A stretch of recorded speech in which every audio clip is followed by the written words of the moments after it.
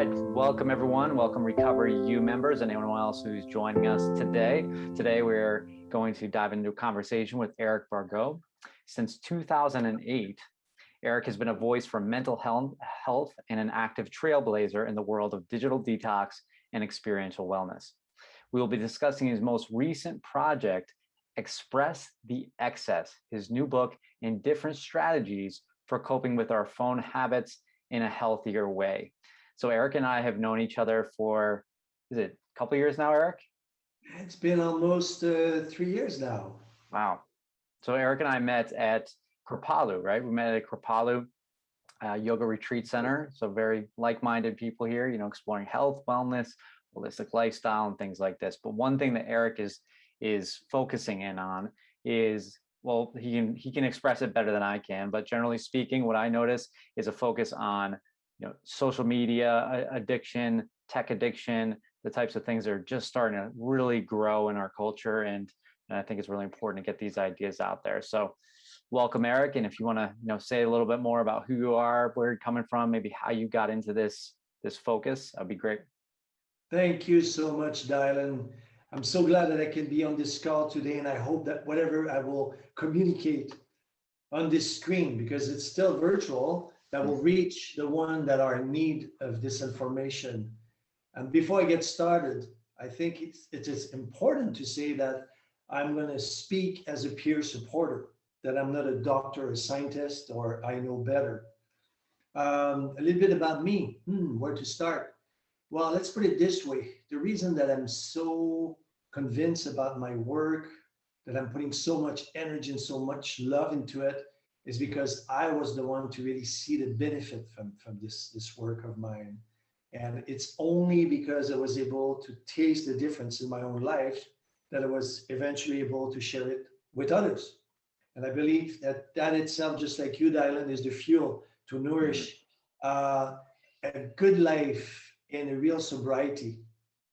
Past that, I can say that where to start, really, it's always the same thing when it comes to the need to share who I am. I've been in so many different places before the choice that I made to drop everything off my shoulders and go on this journey to discover who I was and recover from this online addiction that itself was unknown. We're talking about 2008 when I left. Wow. That was a long time ago. Yeah, that's old school now. Very, very old school. And that's why I got to say it in the first place, because, how does it work to say to someone, dude, stop using your phone, you might be addicted, and instead do this, do that. Like, who cares? I've been I had to face the evidence in my own life. Comes a point where, yes, you can propose some ideas, maybe there's some options or better ways to live your life. But let's put it this way. In 2008, it was possible to live without a phone, possible to live without social media. I'm that old. It was possible to live in the other world. But now that we are entering this digital revolution, we got to face the music and we got to face the evidence that this instrument is more and more intrusive in every parts of our life. So that needs to be said in the first place, so that people will understand that any suggestions that I may propose are not meant to label people and put them in a box and say that you must do something, but instead I will encourage people to try it on their own. And that's why I created this project, and we'll talk about it later on during this podcast. But the idea is really to focus on solutions rather than the problem itself. And if you look around, Dylan, I'm sure you can share the same kind of results on your own, that we're putting so much energy, so much money to label problems related to online addiction, aren't we? Tons of studies exist and research. Yeah, can you talk about those briefly? Like when you say problems related to that, can you touch on a few of those? Yeah, we can touch on attention economy because most people are familiar with that. I'm sure some people, you may have watched Social Dilemma. It was created by... that's a great documentary. Humanitech, Tristan Harris, who are the one behind all of the addictive patterns from her phone, right?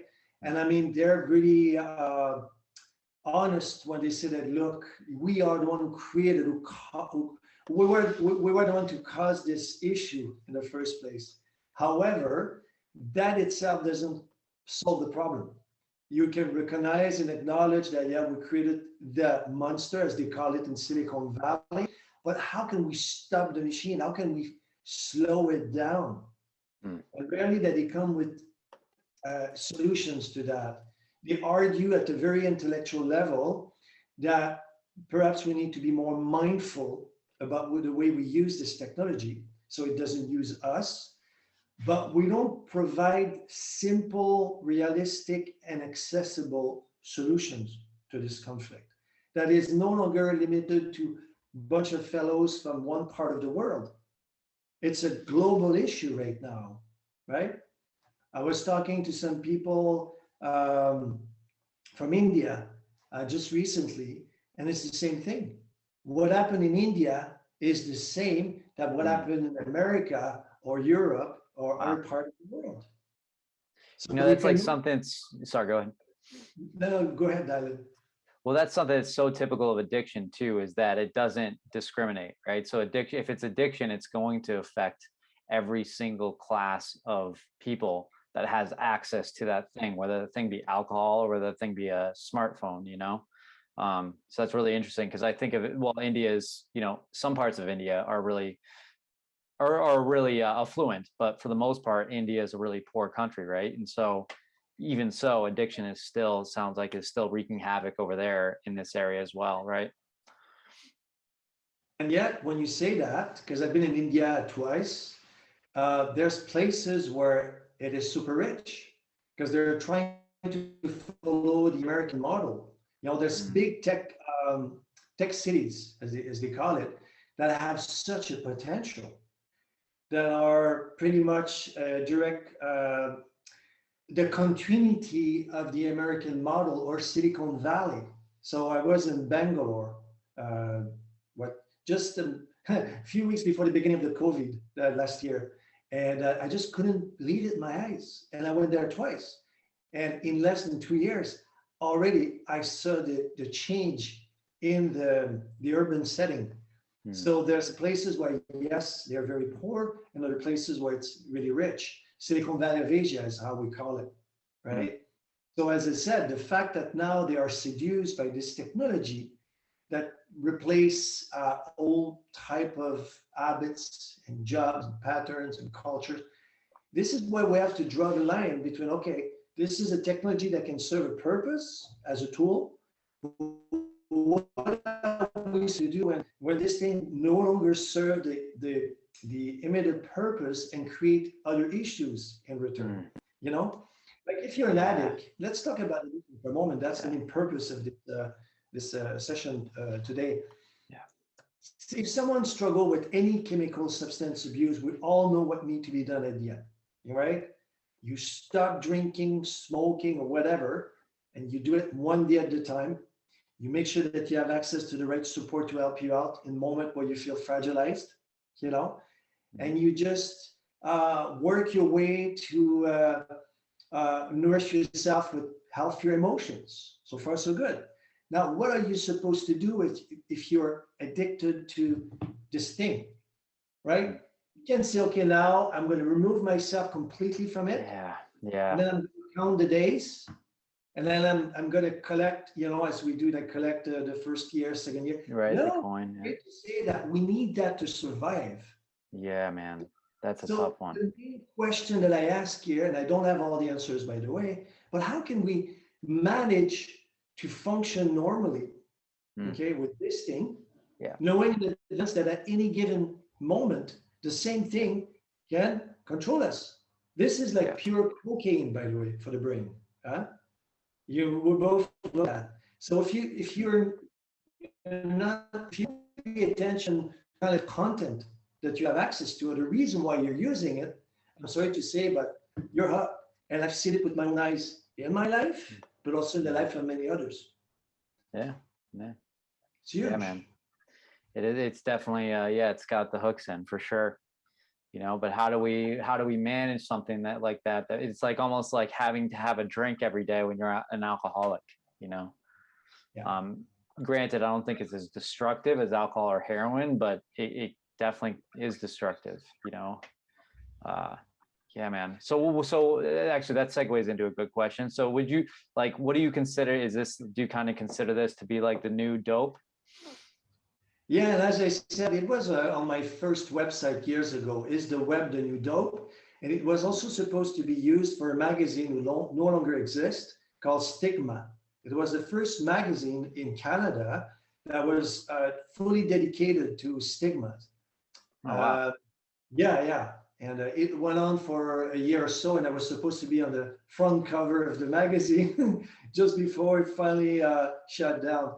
Hmm. And the reason why I was so ready to use the name is because we got to break down stigmas around this addiction. So once you recognize that it is it's like dope. It's dope for the brain. It's dopamine, pure dopamine. Can't get any better than that. Okay. Uh, Hmm. then I think you can start to acknowledge the issue, take a step back, look at where we're coming from, and understand that the only way that we can get a good shot of the say vaccine or the antidote that can allow us to get some better results or get our well-being back, because it really affects every parts of our well-being, is to understand that we may have lost our sacred connection with nature. In Mm, other words, the more yeah. you're connected to this device, the less you're connected to the grid. So how are you supposed to get your feel of what really nourish you Mm. if you're always off? Even if you have a nice landscape on your screen, or you have a nice app that is Yeah, supposed to it's offer, not the same. Yeah. it's BS. Yeah, Can we see? Can we see it's totally. BS? I was just thinking too, man. I totally, and I just I have an intention to get outside for 30 minutes every day, which if you told me years ago that that would be a thing, that I'd have to schedule that in, like I'd be like, that's crazy. Of course I'll be outside every day. But now I have to schedule it in. But even so, I find it hard to get outside. And the best way for me to do that is early in the morning, because once I get into this and this, it's almost like a spider web that just, I'm like, oh, I'll just get outside later. But within a few hours, man, it's really hard to pull away, you know? It is. It is. It is meant to be like that, right? Mm. This is why I say to people, when people come my way and say, okay, Eric, what are your suggestions? I say, well, first and foremost, be kind with yourself. Don't try to beat the shit out of Mm. yourself saying, Good point. I Yeah. should have control. No, no, no, no. The control is not the point. It's pause. Press pause on your tech time. This is what DigiPause is all about for me. Um, and the idea is not to say, okay, I'm going to go radical. I'm going to go cold turkey. I'm going Mm. to switch off all of my device. I'm going to go off the grid for weeks or months. I'm afraid to say, but if you do that and you're just trying to hide or I don't know, just kind of deny the evidence, it's going to come back to you Mm. and it's going to be even Yeah. worse, right? Yeah. Because I know I've seen many people, especially when I went to India, who were from America, coming to India to learn better ways to live, but they were using the same level of intensity from both sides. Mm. And I was like, chill out. I was in Yeah. an ashram. Okay, I gotta mention that one. I was in an ashram sitting with a bunch of folks, some of which made lots of money in Silicon Valley.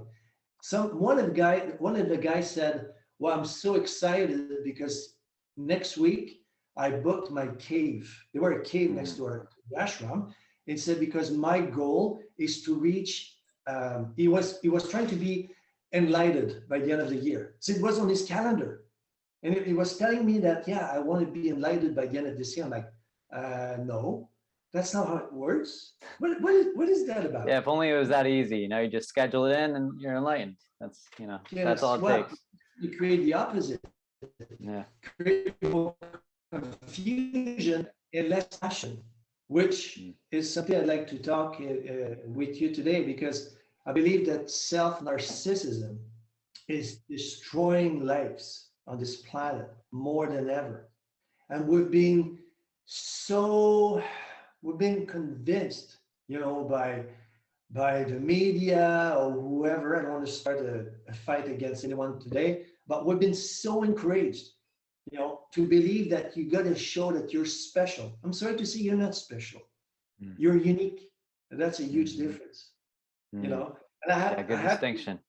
I had to hear that one for myself, Dylan, Hmm. because I was so convinced that I was so special. And yet, the more I thought that I was, the more I was struggling and suffering in silence.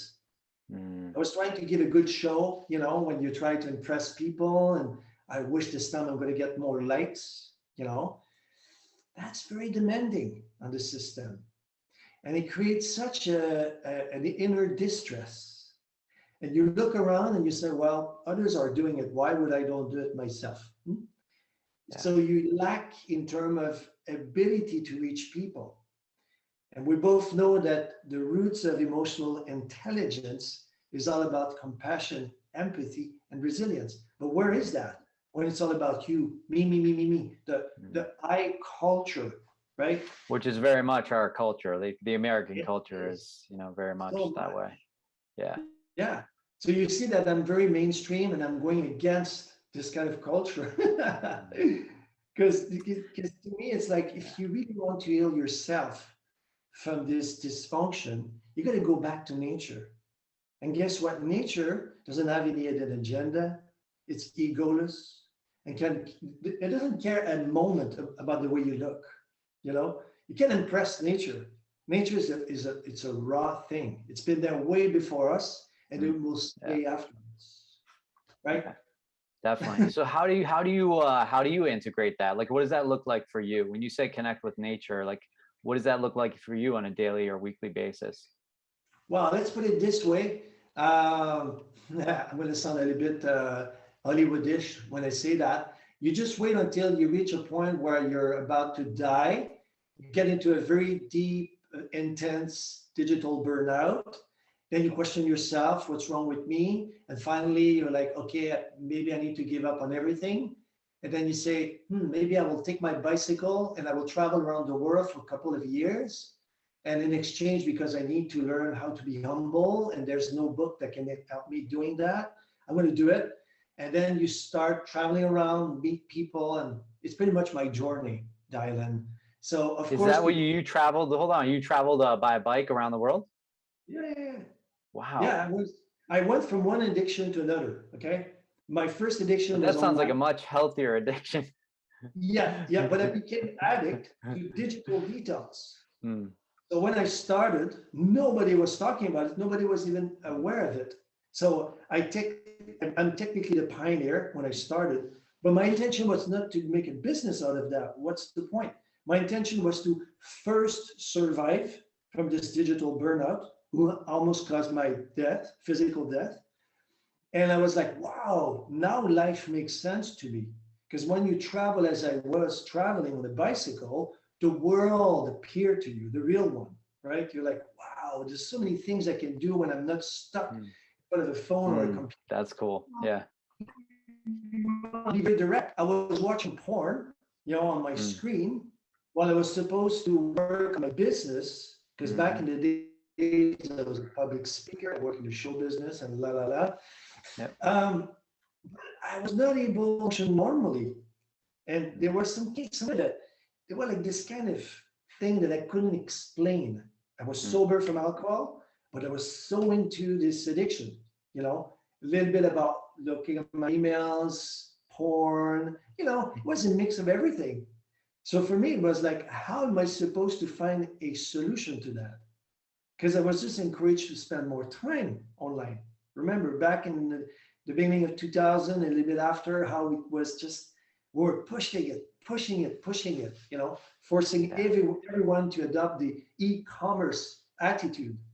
Yeah. And when I when I travel around the world, and I've done 10 countries, and I know I push pedals and I don't know how many continents, and if you ask where the drive was coming from, it was this constant ongoing nourishment that I couldn't explain or describe. And yet, if you look back, none of it appeared on social media, zero.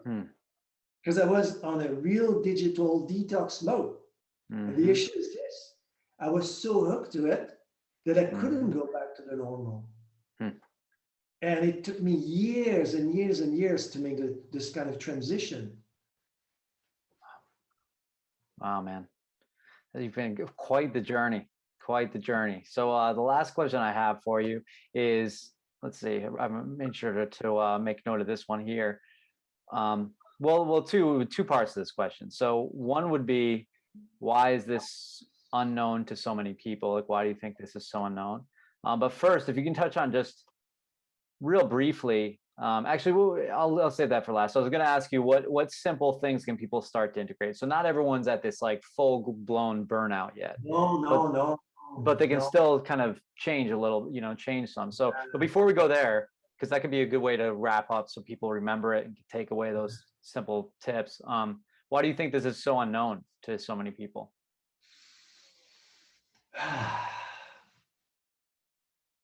Well, let's put it this way. The world is controlled.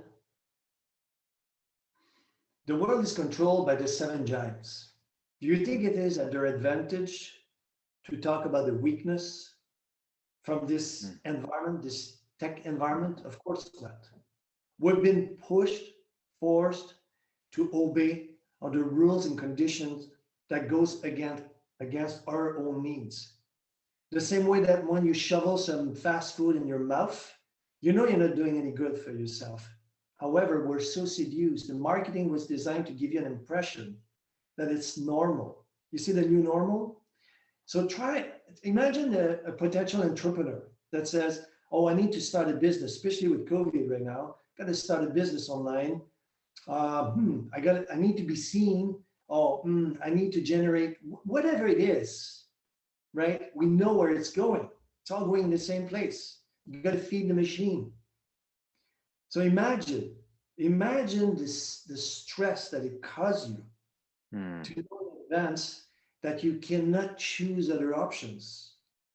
So there's two reasons for which people don't want to see it as a problem and yet an addiction. It's called denial and negation. Now, if you're an addict, think about any chemical substance abuse. If you drink too much, people will notice. And you will notice also in your pocket, it costs some money to drink, right? There's nothing free here. You're going to start to see the impact of your choice on your health, on your surrounding. Now, people can be on this thing night and days, and you won't see it.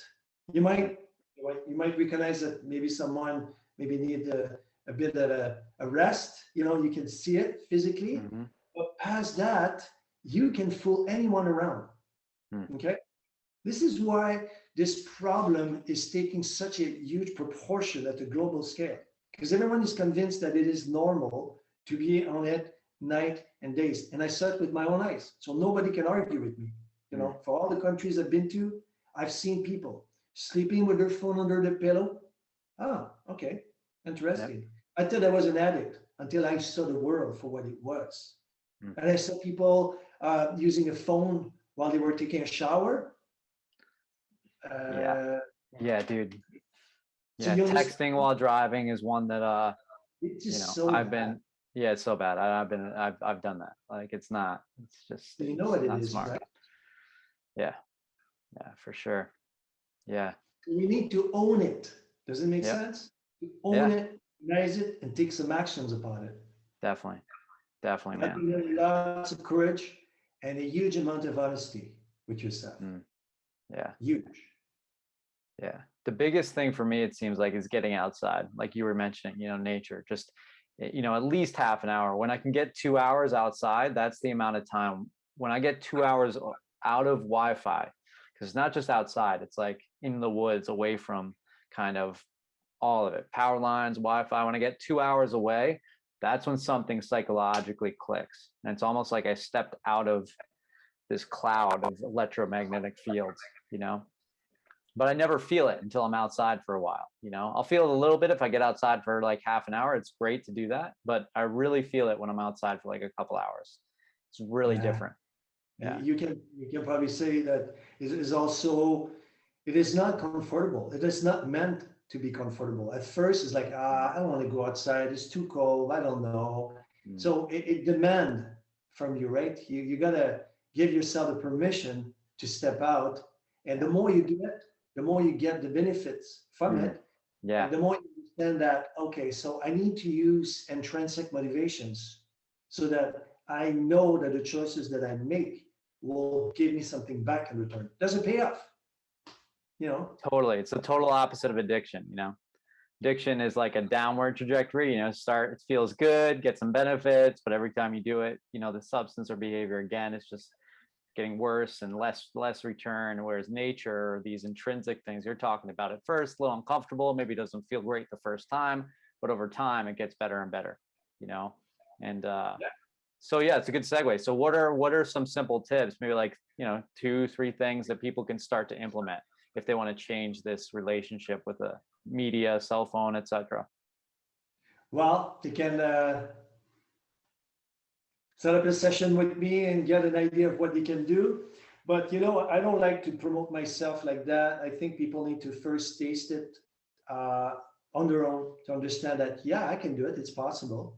Mm-hmm. An example, and before I say that, I need to add that part. Do you need to have data plan on your phone all the time, wherever you go? That's the real question to ask. I'm not going to give an answer. But if someone say, "Oh yeah, I'm going to go out," okay, but who are you taking with you? Are you going there on your own? You can be off the grid, backpack on, and blah blah blah. But if you bring your phone, I'm sorry to say, but you're just going to slip back into your old habits because they will follow you wherever you go. So the ultimate question is, do you need to have data plan on your phone? Well, yeah, because I need to show the world where I am and what I do. Back into the nasty, vicious space of what self-narcissism is all about. So are you able to do that? Are you able to switch off completely, go out? And I don't care if you go walk the dog. I don't care if you go for a bike ride. I don't care. But are you willing to just put that aside and choose yourself instead? So if people say yes to it, they will be the one to collect the results from that. Okay. See, I'm not saying you should switch your phone before you go to bed 1 hour. Who cares? This is BS. Yeah. I know I hear the same thing about coaches. I'm like, to me, they just sound and act like a bunch of parrots. It's just like, it's like the kind of copy and paste. Yeah, but it doesn't make sense, right? Because we all know that we're seduced by the buzz. I got to know if someone think about me now. So let's keep it simple. Raw as it is, get yourself a good shot of vitamin nature and know how to press pause on all your devices, Cool. phone, computer, anything. Cool. Thank you, Eric. So, some good takeaways. So if people want to get in touch with you and they do want to, learn a little bit more about your program, set up a session with you, just kind of follow you, what are some ways to do that? What are the best ways to do that? Yeah, thanks for asking. My website is under construction right now, DigiPause. I created the Express the Access project that was supposed to be launched before COVID. And as you know, due to all the changes, I had to just put it out there so people can try it. What I say is that you go on the Express the Access, it's on Weebly right now, right? You can send the link and people will see what I'm proposing. And the idea is very simple. For 21 days straight, I say to people, choose any activities that speak to you, go offline 20 minutes a day, see how it's going to impact your well-being. And then after 21 days, upgrade the challenge. And if you really want to go hardcore and you want to go like 120 minutes a day plus, contact me and let's see how we can do that. And even with 20 minutes a day, as an example, people will struggle with it. And I've seen it because I had a chance to test it with people around me. It is a challenge. So people are committed. If people want to see a difference in their life and are exhausted they're exhausted about this kind of shopping about, okay, who's this coach or consultant that I should talk to so that they can transform my existence. I'm 48 years old, been around for some times. I've been through this situation myself. I've created the right tools that I needed to get out of it so I can help people make a difference in their own life, only if they're ready for it. Awesome. Especially now with the pandemic, yeah, I think there's room for that. Cool. Well, Eric, it's been great to connect with you. Great to have you on. And for those of you who are watching, I appreciate you showing up and supporting this message, just finding out some more information. You know, I will be posting this this will be in the group. Then in the comments, I'll post some of Eric's contact information. And then this will also be going up on YouTube, and there'll be a little more of a in-depth description there. But thanks again, Eric, for showing up. It's good to see you again. Hopefully, you know, things will open back up and you actually get out here, maybe to Kripalu at some point. We'll take a walk outside, put the cell phones down for a bit. Woo!